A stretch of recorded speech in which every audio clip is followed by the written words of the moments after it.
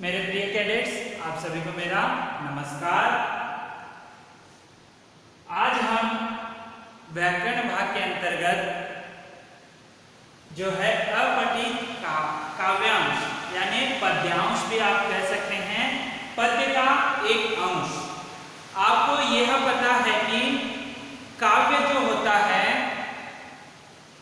आपके लिए पाठ्य पुस्तक में बहुत सारे जैसे मीरा के पद हैं, दोहे हैं और कबीर की साखियां हैं, ये सभी जो हैं पठित हैं। जो है इसका न होना ऐसा अर्थ देता है, जो पठित न है वही जो है अपठित पद्यांश या किसी पद या कविता का छोटा सा अंश होता है। उसे ध्यानपूर्वक आप पढ़कर जो है उसमें भावार्थ जो है 3 से 4 बार उसे एक बार पद्य को पढ़कर उसमें निहित भावार्थ को समझना है, उसका मूल उद्देश्य क्या है उसे समझना है। क्योंकि जब भी परीक्षाओं में एक प्रश्न जो है इससे जो इस कविता की उचित शीर्षक क्या है, यह प्रश्न का जो है उत्तर आपको देना पड़ता है, इसीलिए मूल भाव क्या है उसे देखना पड़ता है। और जिसका आपने अध्ययन नहीं किया है कविता का, वह एक अंश जो है अपठित काव्यांश कहलाती है। इसके उद्देश्य को हम देखेंगे। इस अध्ययन से विद्यार्थियों की भाषा संबंधी समझ का विकास होगा, निष्कर्ष निकालने की क्षमता का विकास होगा, विद्यार्थी विवेकशील बनेंगे।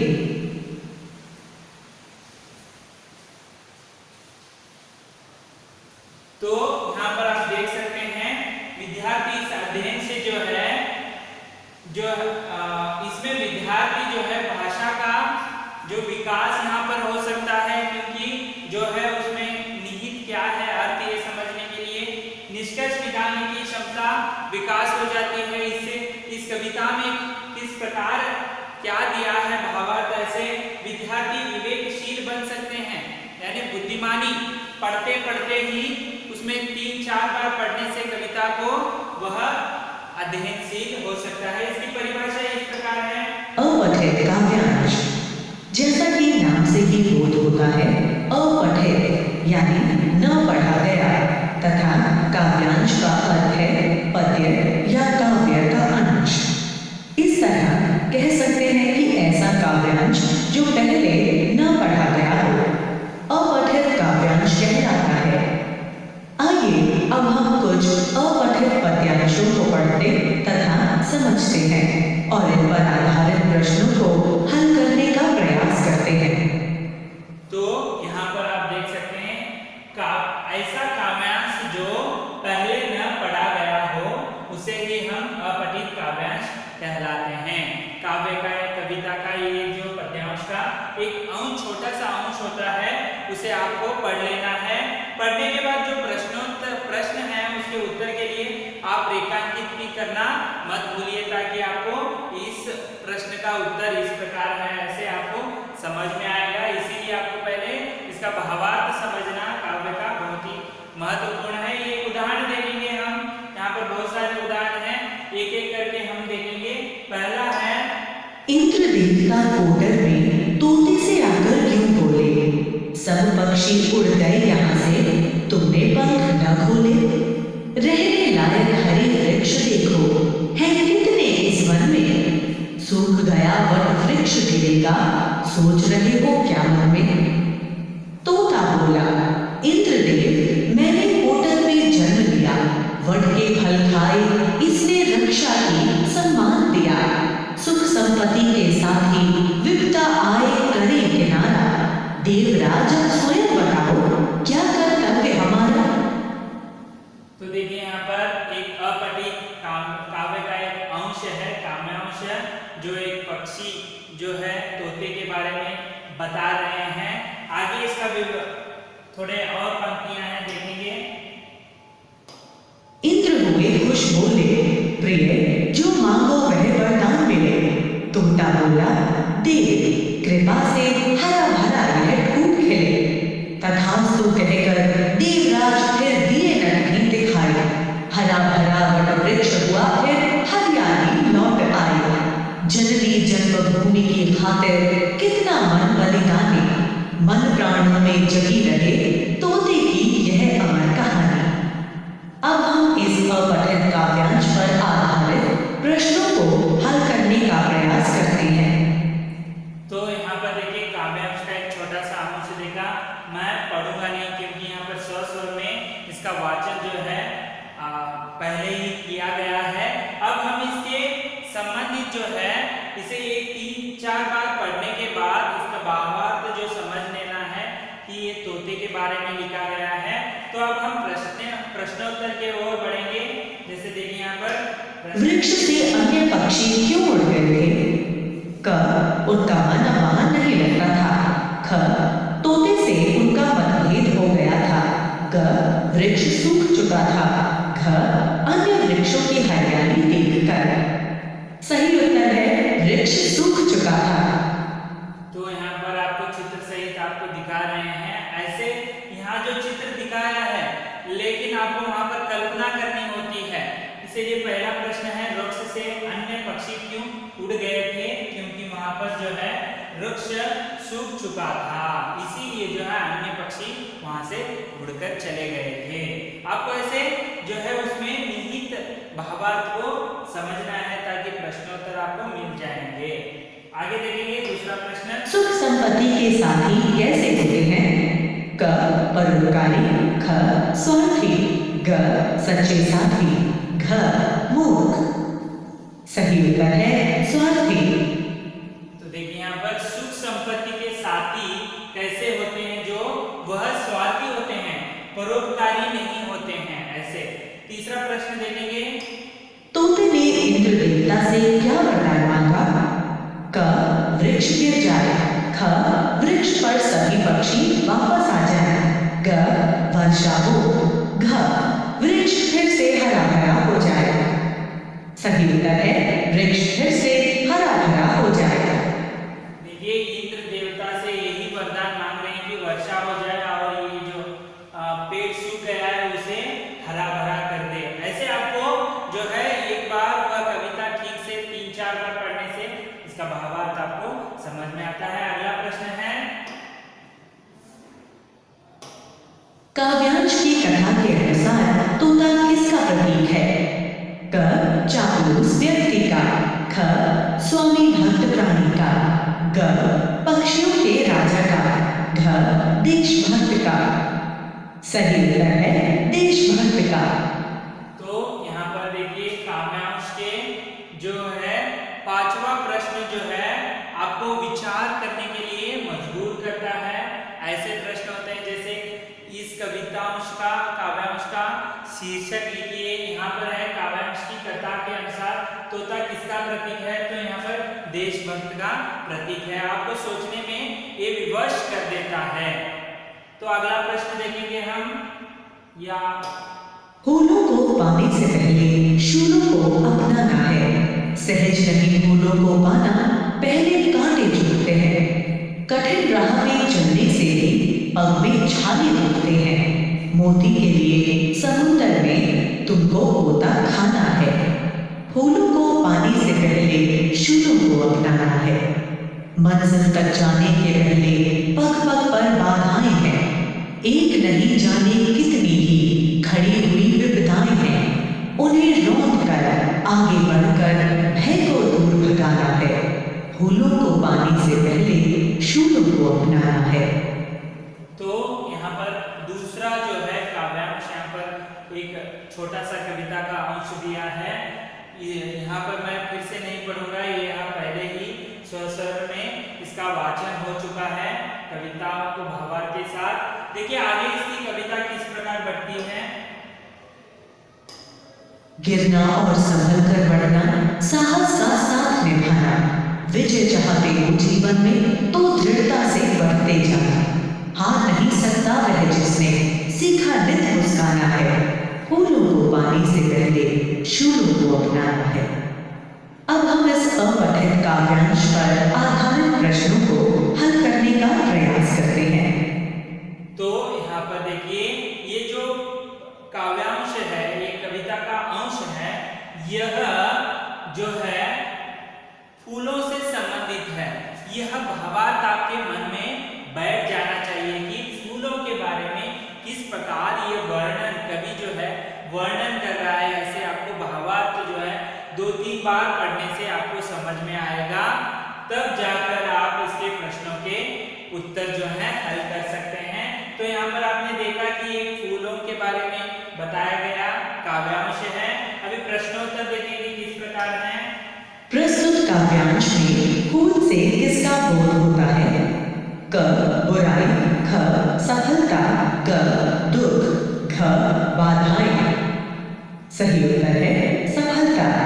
देखिए यहाँ पर पहला प्रश्न जो है प्रस्तुत काव्यांश में फूल से किसका बोध होता है, तो यहाँ पर सफलता का इस प्रकार जो है आपको जो है उसे किसके साथ जोड़ा गया है यह भी आपको देखना पड़ता है। यदि फूल देखिए सुबह खिल जाता है, शाम को मुरझाया जाता है, तो इसका मतलब ये नहीं कि उसकी आयु जो है कम है, लेकिन वो खिलता है तो सभी उससे मन मोह लेते हैं, आकर्षित बनते हैं।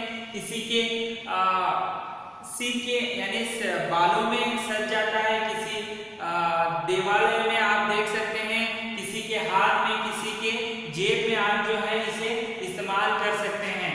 ऐसे जो अर्थ है उसके साथ आपको जोड़ना है भावार्थ को। तो यहाँ पर सफलता का दिया गया है। अगला प्रश्न है मोती के लिए समुद्र में तुमको गोता खाना है, इसका भावार्थ क्या है? क सफलता प्राप्त करने के लिए परिश्रम आवश्यक है, ख समुद्र में गोता लगाने वाले ही सफल होते हैं, ग कितनी भी मेहनत की जाए परंतु अंत में भाग्य ही जीतता है, घ हमें जीवन में निरंतर आगे बढ़ते रहना चाहिए। सही उत्तर है सफलता प्राप्त करने के लिए परिश्रम आवश्यक है। तो यहाँ पर देखिए मोतियों के लिए समुद्र में तुमको गोता खाना है, इसका भावार्थ क्या है? सफलता प्राप्त करने के लिए परिश्रम आवश्यक है। ऐसे यहाँ पर आपको भावार्थ को समझकर प्रश्न के उत्तर देना है। तीसरा प्रश्न है विपदा का क्या अर्थ होता है? क मंजिल, ख विपत्ति, ग फूल, घ भय। सही उत्तर है विपत्ति।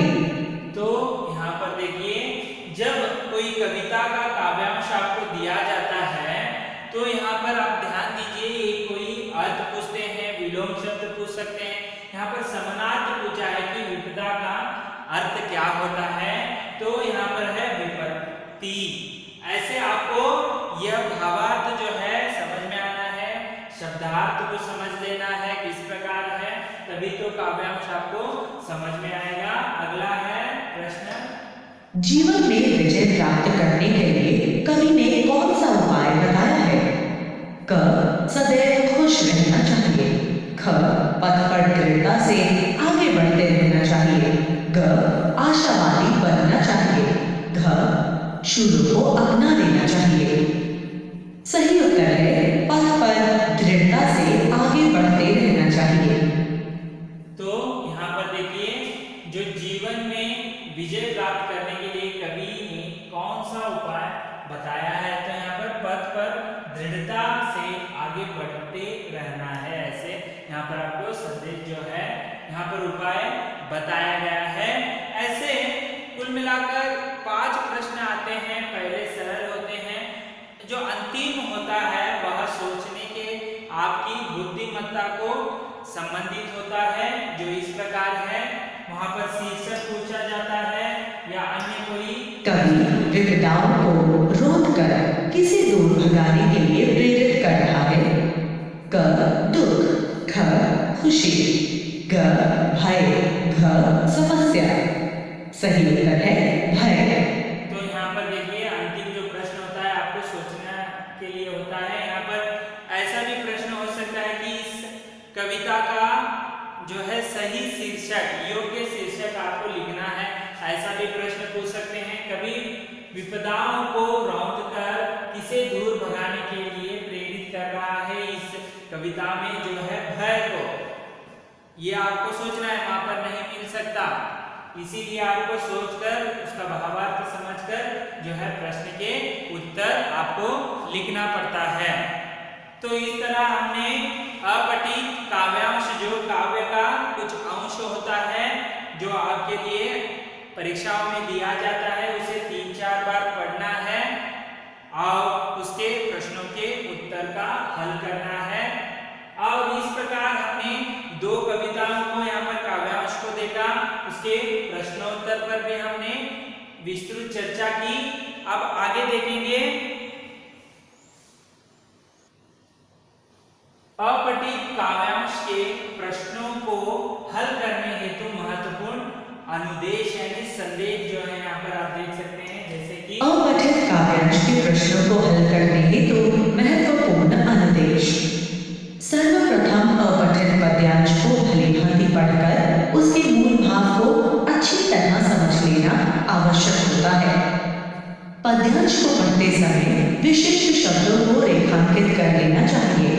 प्रायः पूछे गए प्रश्नों के उत्तर इनके आसपास ही मिल जाते हैं। इससे प्रश्न को हल करने में समय बचता है। कई बार पद्यांश का उचित शीर्षक पूछा जाता है। ध्यान रखें, शीर्षक सदैव केंद्रीय भाव को व्यक्त करता है। समग्र तथ्य के आधार पर ही शीर्षक का चुनाव किया जाना चाहिए।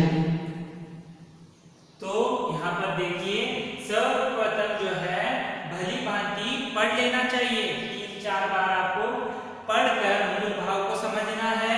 दूसरा है, जब आप पढ़ते हैं उसके बाद प्रश्न को पढ़ते हैं, तब उत्तर के लिए फिर से एक बार पढ़ते हैं, तो तब उस समय शब्द विशिष्ट को वहां पर रेखांकित कर लेना चाहिए।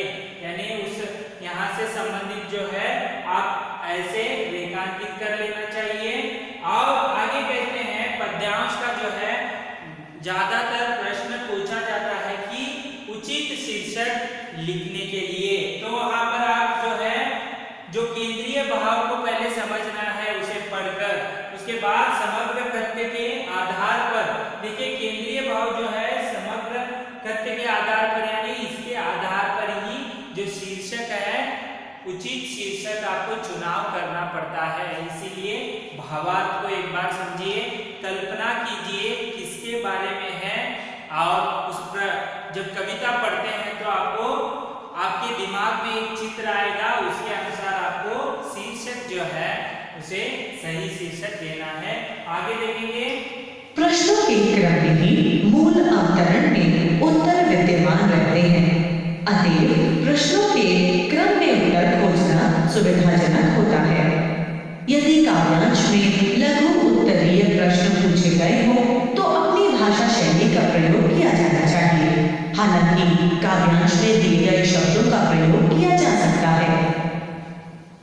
तो यहाँ पर देखिए, मूल अवतरण के उत्तर विद्यमान रहते हैं, अथवा प्रश्नों के क्रम में उत्तर खोजना सुविधाजनक होता है उत्तर खोजने में। ठीक है, क्रम के साथ आप देखेंगे तो ठीक है। उसी प्रकार काव्यांश में लघु उत्तरीय प्रश्नों पूछे गए हो तो अपनी भाषा शैली का प्रयोग किया जाना चाहिए। हालांकि काव्यांश में दिए गए शब्दों का प्रयोग किया जाना चाहिए। देखिए, यदि आप सरल प्रश्नों का उत्तर है तो अपने वाक्य में लिख सकते हैं, लेकिन शब्द जो हैं वहां के, जो काव्यांश के शब्द वहां पर प्रयोग बार बार करना होता है। समझ में आया? तो अब हम इस प्रकार अपठित काव्यांश का विस्तृत अध्ययन किया उदाहरणों के साथ, उसके कुछ बातें भी देखी, ध्यान देने वाली बातें। अब हम गृह कार्य की ओर बढ़ेंगे, जो इस प्रकार है। अभ्यास कार्य। अब कुछ पद्यांशों को ध्यानपूर्वक पढ़कर इनके प्रश्नों के उत्तर दें। जिस धरती को तुमने सींचा अपने खून पसीनों से, हार गई दुश्मन की गोली वज्र सरीखे सीनों से। जब जब उठी तुम्हारी बाहें होता वश में काल है। जिस धरती के लिए सदा तुमने सब कुछ कुर्बान किया, शूली पर चढ़ चढ़ हंस हंस कर कालकूट का पान किया। आगे देखेंगे, जब जब तुमने कदम बढ़ाया हुई दिशाएं लाल हैं। उस धरती को टुकड़े टुकड़े करना चाह रहे दुश्मन। बड़े गौर से अजब तुम्हारी चुप्पी था रहे दुश्मन। जाति पाति वर्ग फिरकों के वह फैलाता जाल है। कुछ देशों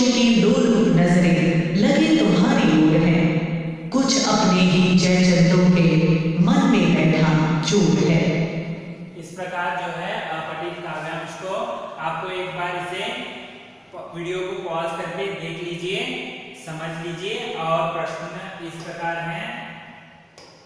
किसने धरती को खून पसीने से सींचा है? क किसान ने, ख सैनिक ने, ग माली ने, घ मजदूर ने। तो पहला सही उत्तर जानने के लिए क्लिक करें। दूसरा प्रश्न है, दुश्मन क्या करना चाहते हैं? क भारत की एकता भंग करना चाहते हैं। ख भारत को आर्थिक रूप से कमजोर बनाना चाहते हैं। ग भारत को खुशहाल बनाना चाहते हैं। घ भारत को विकसित करना चाहते हैं। अगला सही उत्तर जानने के लिए क्लिक। दुश्मन कैसे जाल फैलाते हैं? क जातिवाद व वर्ग भेदभाव फैलाकर। ख अहिंसा के माध्यम से। ग देश को आर्थिक रूप से कमजोर करके। घ धरती के लिए खून पसीना बहाकर। सही उत्तर धरती के टुकड़े कौन करना चाह रहा है? सही उत्तर जानने के लिए क्लिक करें। तो इस तरह अंतिम प्रश्न जो है आपको सोचने के लिए मजबूर करता है। धरती के टुकड़े कौन करना चाह रहा है? यहाँ पर आप जो है, यहाँ पर जो प्रश्न के जो विकल्प दिया गया है उसमें सही जो सटीक लगे उसे आपको यहाँ पर लिखना है। जैसे हमने एक अभ्यास कार्य देखा, उसके संबंधित प्रश्नों को भी देखा। आपको अपने नोटबुक में इन सभी के उत्तर जो है लिखकर रखना है। इस प्रकार हमने आज अपठित काव्यांश का अध्ययन किया। अगले वीडियो में हम अगले अध्याय के साथ फिर उपस्थित होंगे। तब तक के लिए धन्यवाद। आपका दिन मंगलमय हो।